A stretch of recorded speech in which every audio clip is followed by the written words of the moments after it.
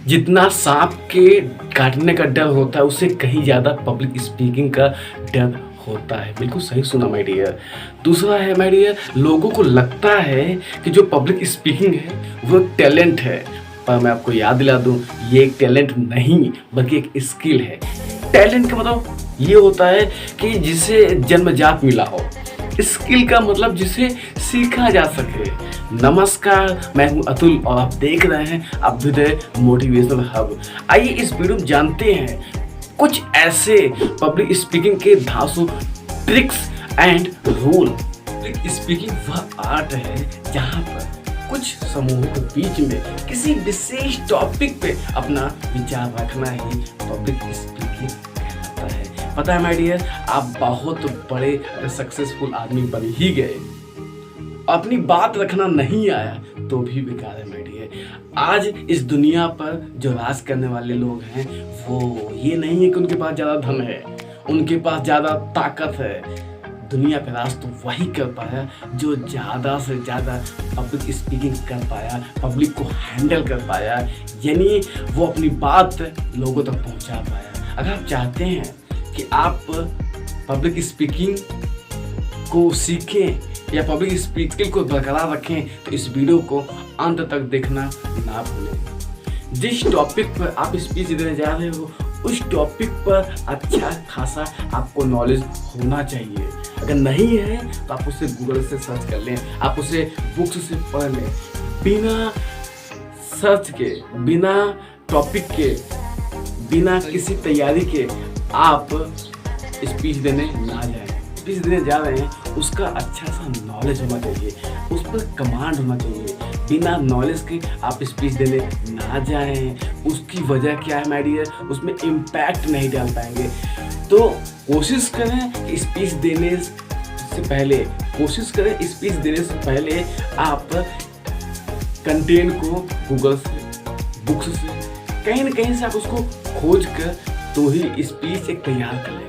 अब स्पीच तैयार कर लें फिर उसके बाद आप स्पीच दें। जब आप स्पीच देने जा रहे हो तो आपको कोशिश करें कि स्पीच देने से पहले आप शीशा के सामने, जी हाँ बिल्कुल मिरर के सामने आप उसको अभ्यास करें या तो अकेले में अभ्यास करें। इससे क्या होता है माय डियर, जब आप शीशे के सामने या फिर अकेले अभ्यास करते हो तो आपकी स्पीच में दम आता है, उसमें स्पीच आपका प्रभावशाली बन पाता है माय डियर, आपके ऑडियंस के बीच आपकी एक प्रभाव बन जाता है। स्पीच के दौरान आप कॉन्फिडेंस को बरकरार रखें। बिल्कुल सही सुना। पता है माय डियर, जब भी आप स्पीच दें तो कॉन्फिडेंस से बोलें। अच्छा एक चीज़ आपने नोटिस किया होगा, जब आप कॉन्फिडेंस से बोलते हो तो उसका इम्पैक्ट ज़्यादा पड़ता है। सो प्लीज़ जब भी आप स्पीच दें तो कॉन्फिडेंस के साथ बोलें। जब कॉन्फिडेंस के साथ बोलते हैं तो इसमें आपके और आपके बीच में अच्छा खासा तालमेल बैठ जाता है और आपके जो स्पीच है उसमें अच्छा प्रभाव बन जाता है। सो प्लीज़ आप कोशिश करें कि स्पीच के दौरान कॉन्फिडेंस होकर ही बात रखें। जब आप आई कॉन्टेक्ट बना के रखते हो तो आपके और आपके ऑडियंस के बीच में एक अच्छा खासा तालमेल बैठ जाता है। इससे आपकी जो स्पीच है वो ज़्यादा से ज़्यादा इम्पैक्ट डाल पाती है आपके ऑडियंस को। सो प्लीज़ जब भी आप स्पीच दें तो कोशिश करें कि उनकी आंखों में आंखें मिलाकर आप स्पीच दो। आप ऐसा भी ना करें कि लोग सोचें कि आप घूर रहे हो। तो इसीलिए इन सब चीज़ों को ध्यान रखें। स्पीच के दौरान आप सहज और सिंपल भाषाओं का, शब्दों का यूज़ करें। मान लीजिए जैसे मैं वीडियो बना रहा हूँ और मैं आपको बातों ही बातों कुछ ऐसा वर्ड बोल दूँ जिसका मीनिंग आपको पता ही ना हो, तो क्या मेरा संदेश आप तक पहुँच पाएगा? जी नहीं। ठीक उसी प्रकार जब भी आप स्पीच देने जाएं तो आप सहज भाषा का यूज़ करें, आसान शब्दों का यूज़ करें। इससे क्या होता है, ऑडियंस आसानी से समझ पाएगी। आप तो जानते ही हैं कि जब ऑडियंस आसानी से समझ पाएगी तभी तो आपकी स्पीच में एक नया इम्पैक्ट डाल पाएगी, तभी तो आपकी स्पीच में एक नया प्रभाव आएगा, आपके ऑडियंस के बीच में एक अच्छा खासा तालमेल बैठ जाएगा और इस प्रकार आपका जो स्पीच है वो प्रभावशाली बन जाएगा। स्पीच देने से पहले आप अपने ऑडियंस को जानिए। जी हाँ, बिल्कुल सही सुना। हम ज़्यादा से ज़्यादा अपने स्पीच में उनके लिए इम्पैक्ट डाल पाएंगे। पता है मेरी है कि अगर हम जब भी स्पीच दें अपने ऑडियंस को ही नहीं जान पाएंगे तो क्या उनको अपना संदेश प्रॉपर पहुंचा पाएंगे? जब मुझे यही नहीं पता है कि मुझे क्या ऑडियंस को देना है या फिर ऑडियंस को हम पहचान ही नहीं पाए तो क्या मेरा स्पीच प्रॉपर ऑडियंस तक पहुंच पाएगा? नहीं ना।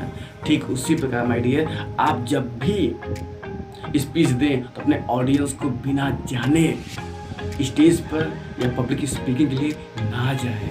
कोशिश करें कि अपने ऑडियंस को जाने, उनको क्या पसंद है, क्या नहीं पसंद है, वो क्या सुनना चाहते हैं, किस लिए यहाँ पे आए हैं। जब आप ये सब जान लोगे माय डियर तो जानते हैं इससे बहुत बड़ा इम्पैक्ट पहुँचेगा। अब जो स्पीच है वो धांसू और जानदार बन जाएगा। इस प्रकार आपका जो स्पीच है वो प्रभावशाली रूप से और भी बढ़ जाएगा। स्पीच के दौरान आप अपने आवाज़ को मेंटेन रखें। पता है मेरी है, जब हम लोग स्टेज पे जाते हैं तो बहुत से लोगों को मैंने देखा है वो नर्वस हो जाते हैं कि माना कि मैं स्टेज पे गया और मेरा पैर कांप रहा है।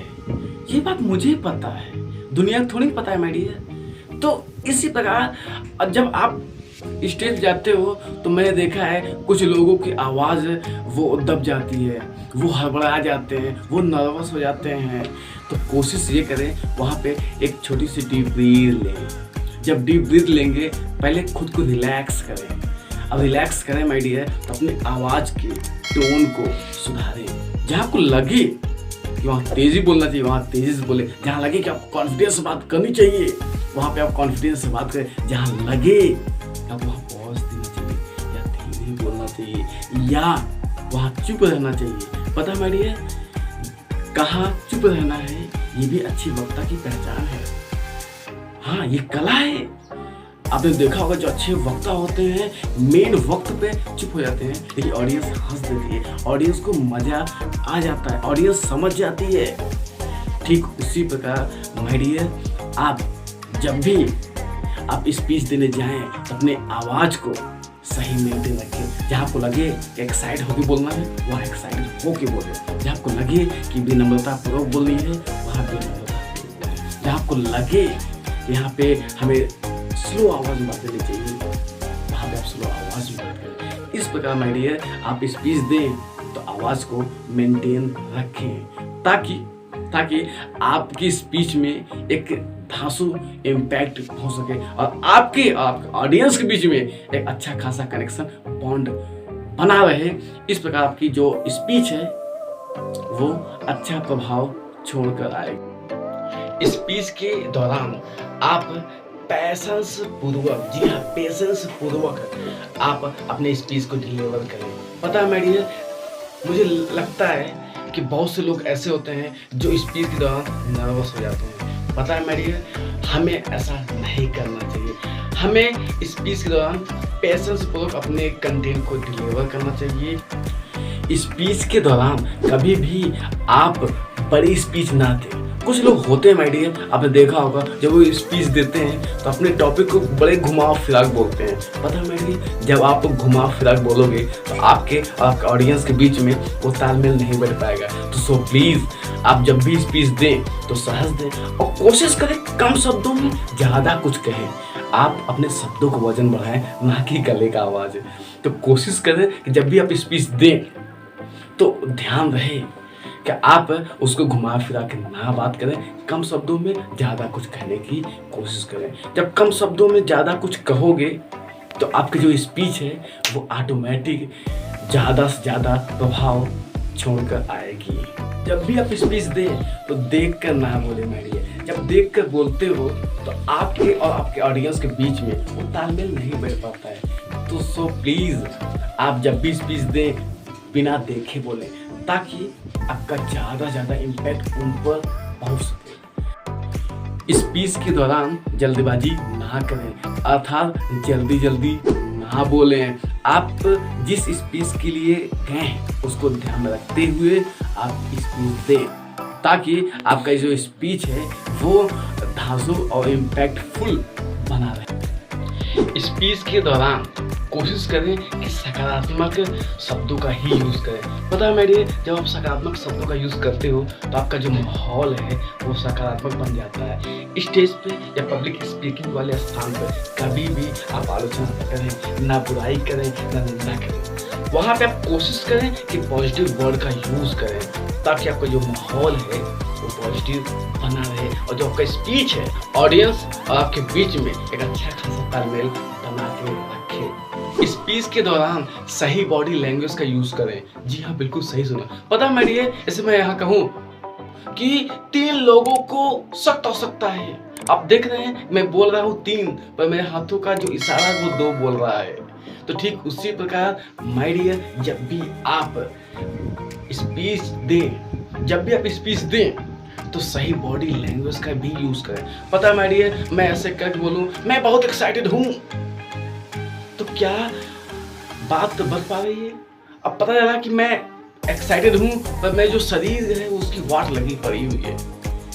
तो इस प्रकार जब भी आप स्पीच दें तो सही बॉडी लैंग्वेज का भी यूज करें, सही टोन के साथ सही बॉडी लैंग्वेज का भी यूज करें। पता है माय डियर, जब मैं एक्साइटेड होके बात करता हूँ तो मेरी जो आवाज़ है वो भी एक्साइटेड होनी चाहिए और मेरी बॉडी भी एक्साइटेड होनी चाहिए। अब ऐसा नहीं कि मैं आज बहुत खुश हूँ, ऐसा नहीं होना चाहिए। इसका मतलब ये है कि स्पीच के दौरान आप कोशिश करें कि सही बॉडी लैंग्वेज का यूज करें। इससे क्या होता है कि आपकी जो स्पीच है वो ज़्यादा से ज़्यादा इम्पैक्ट डाल पाती है आपके और आपके ऑडियंस के बीच में। स्पीच के दौरान आप मुस्कुराहट बनाए रखें। पता है मेरे, जब आप मुस्कुराते हो ना मेरे, तो जनता भी मुस्कुराती है। पता है मेरे, हम लोगों की जो लाइफ है वो मिरर जैसी है। जैसे शीशे के सामने अगर आप हंसोगे तो जो शीशा में जो प्रतिबिंब बना होता है वो भी हंसता है।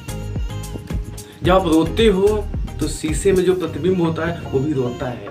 ठीक उसी प्रकार माय डियर, अगर आप स्पीच के दौरान अगर मुस्कुराहट बिखेरोगे स्पीच में, आपके एक जानदार इम्पैक्ट पड़ेगा। इसीलिए मेरी विनती है कि स्पीच के दौरान आप कोशिश करें कि आप मुस्कुराहट बनाए रखें। बेवजह ना मुस्कुराएं, इसका गलत इफेक्ट पड़ सकता है। पर ध्यान रहे कि स्पीच के दौरान हल्की सी मुस्कान बरकरार रखें। इस प्रकार आपकी जो स्पीच है वो और भी अच्छा ऑडियंस तक इम्पैक्ट डाल पाएगी। स्पीच के दौरान अगर आपको लगे अब मेरा स्पीच खत्म होने वाला है तो कोशिश करें कि आप जो अब तक बोला है उसको आप संक्षेप में बोल दो, यानी सम अप कर दो। ऑडियंस से ये भी पूछ लो कि कोई क्वेश्चन हो तो आप पूछ लो, ताकि मैं अब जवाब दे दूं। दूसरा, कोशिश करें माय डियर कि जब आपको लगे कि मेरा अब स्पीच समाप्त होने वाला है तो आप एक मीठी सी याद के साथ आप अलविदा करें। आप हो सके तो इमोशनल पल जरूर बनाएं। आप उनके साथ या तो ठहाका का माहौल बनाएं या तो कुछ ऐसी बातें बोलो जिनसे वो इमोशनल से भरपूर हो जाए। पता है मेरी है, अंत बहुत देर तक याद रहता है, ऐसा साइकोलॉजी फैक्ट मानती है। तो कोशिश करें कि आप जब भी स्पीच आपका खत्म होने वाला हो, अंत यानी लास्ट अगर धांसू जाएगा तो वो आपका ज़्यादा से ज़्यादा इम्पैक्ट डाल पाएगा। अगर ये वीडियो जरा सा लगा हो कि काम का है तो उसको लाइक करें, शेयर करें। पता है मेरी वॉचिंग दिस वीडियो।